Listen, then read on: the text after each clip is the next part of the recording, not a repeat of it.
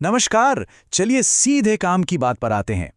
आज हम बोर्ड परीक्षा के सबसे जरूरी चैप्टर्स में से एक नियंत्रण एवं समन्वय का फटाफट रिवीजन करने वाले हैं। तो इस विश्लेषण को खास तौर पर इसी सवाल का जवाब देने के लिए बनाया गया है। हम सिर्फ उन्हीं टॉपिक्स पर फोकस करेंगे जो एग्जाम में बार बार पूछे जाते हैं, ताकि तैयारी एकदम पक्की हो। यह है हमारी एग्जाम हिट लिस्ट। हम इन सभी जरूरी हिस्सों को एक एक करके देखेंगे ताकि कोई भी कॉन्सेप्ट कच्चा न रह जाए।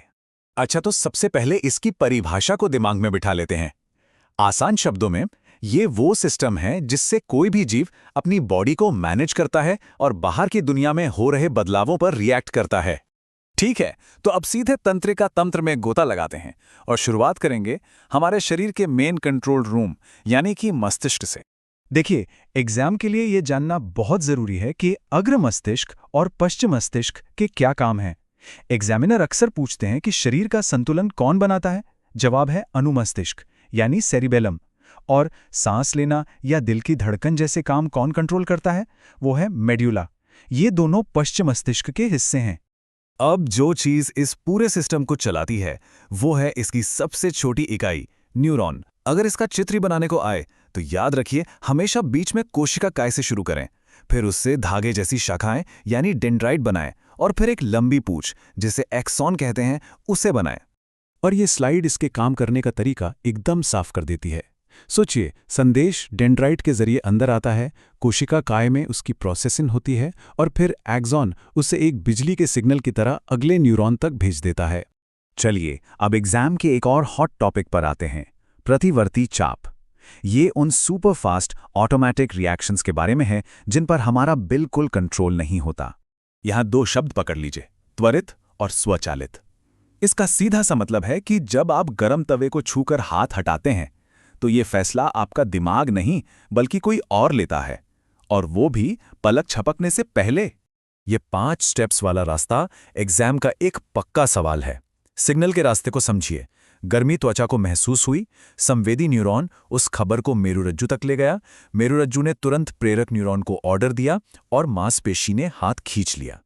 सबसे आम गलती जो सब करते हैं वो ये है कि वो भूल जाते हैं कि ये पूरा शॉर्टकट मेरुरज्जु से कंट्रोल होता है, मस्तिष्क से नहीं। अब जरा पौधों की दुनिया में चलते हैं। भाई, उनके पास तो नर्वस सिस्टम होता नहीं, लेकिन वो भी अपने आसपास के माहौल पर बहुत खास तरीकों से रिएक्ट करते हैं। इस स्लाइड पर खास ध्यान दीजिए। देखिए, अनुवर्ती गति का मतलब है दिशा के हिसाब से बढ़ना। जैसे पौधा रोशनी की तरफ मुड़ता है, ये धीमा होता है, लेकिन अनुकुंचनी गति का दिशा से कोई लेना देना नहीं, ये बस छूने पर होती है। जैसे छुई मुई के पौधे का सिकुड़ जाना, जो बहुत तेज होता है। तो पौधों में ये हरकतें होती कैसे हैं? इनके केमिकल मैसेंजर यानी पादप हार्मोन की वजह से। एग्जाम के लिए बस 2 जरूर याद रखिए, ऑक्सिन जो तने को बढ़ाने में मदद करता है और जिब्रेलिन जो पौधे की लंबाई बढ़ाता है। चलिए अब वापस जानवरों पर आते हैं और शरीर के दूसरे कंट्रोल सिस्टम को देखते हैं। यह है अंतःस्त्रावी यानी हार्मोनल सिस्टम।